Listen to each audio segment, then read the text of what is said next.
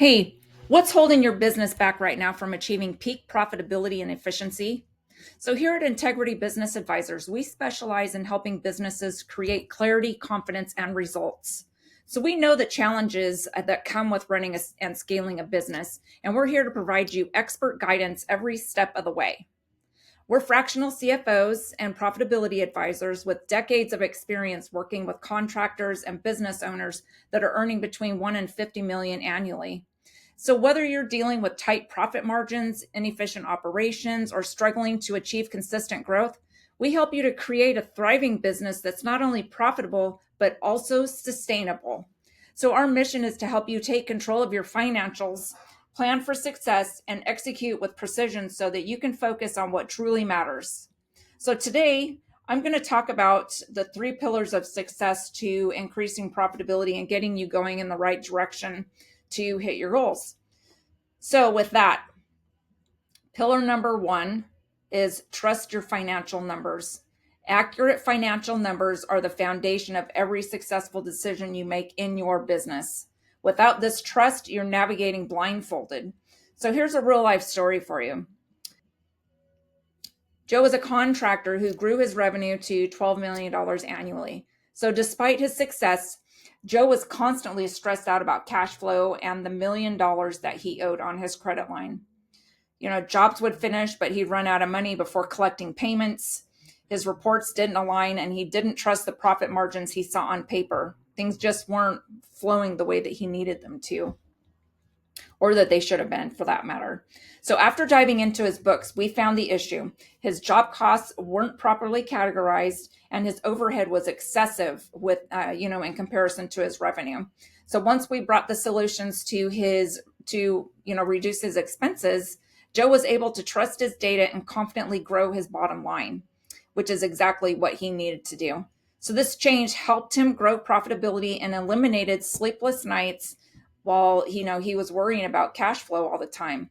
So with that, key challenges to building trust with your numbers: misclassified expenses leading to incorrect profit margins, overdue receivables that skew your cash flow projections, and lack of real-time reporting causing delays in your decision making. So you know that you can't make good decisions if you don't have the data to back them up.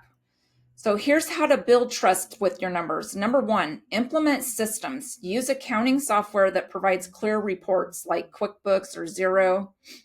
Number two, reconcile your books monthly. Make monthly reconciliations a habit so that you ensure your books are accurate and they're always up to date so you can make those important decisions in real time.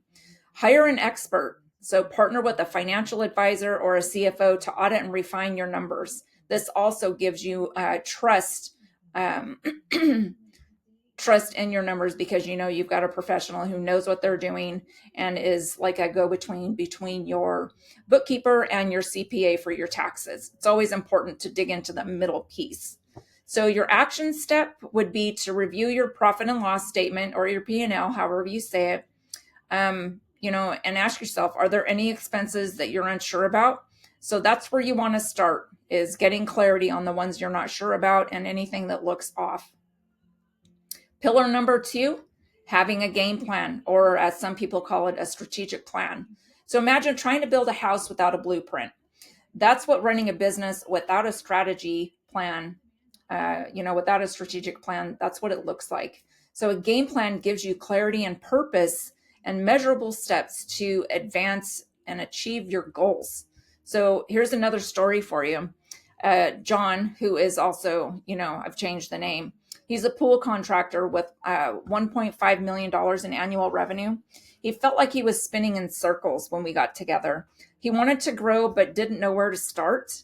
So we sat down and we created a three-year strategic plan. So the first year was focused on getting laser focused on where the problems were in the numbers and to increase his profitability. The second year was aimed at increasing efficiencies and developing SOPs. And then by the third year, the company was expanding on services. So with that clear plan, John went from reactive to proactive, and his revenue grew by 30% while he reduced his work hours at the same time by 50%. He was working like these crazy hours, so he was able to reduce those down and work like a regular work week. The key challenges that he had: lack of clarity on where to allocate his resources, no defined objectives for team members, and he was trying to do all of it without focusing on the highest ROI opportunities. So here's how you can create a winning strategic plan. Number one, set SMART goals. For example, increase net profit margins from 10 to 15% in the next 12 months.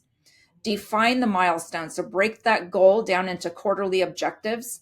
And then from there, you can break them down even further so that you have little miniature goals within the big goal. And then you engage your team. So share the plan and align everyone on the vision. And that helps to get buy-in. People feel valued and they feel like, that accountability. People don't think they need it, but they truly do. So the action step for you is to schedule a strategy session to define your top 3 goals for the year so that you can get started on them and start building out your plan.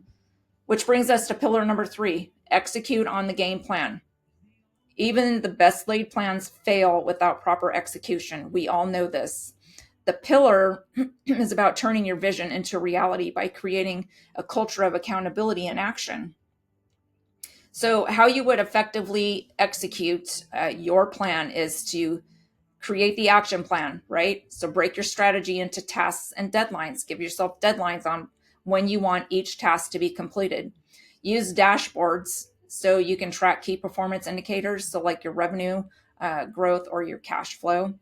And then hold regular check-ins, either weekly or bi-weekly, to review the progress that you and the team are making and address any bottlenecks or problems that are coming about to make sure you stay on track.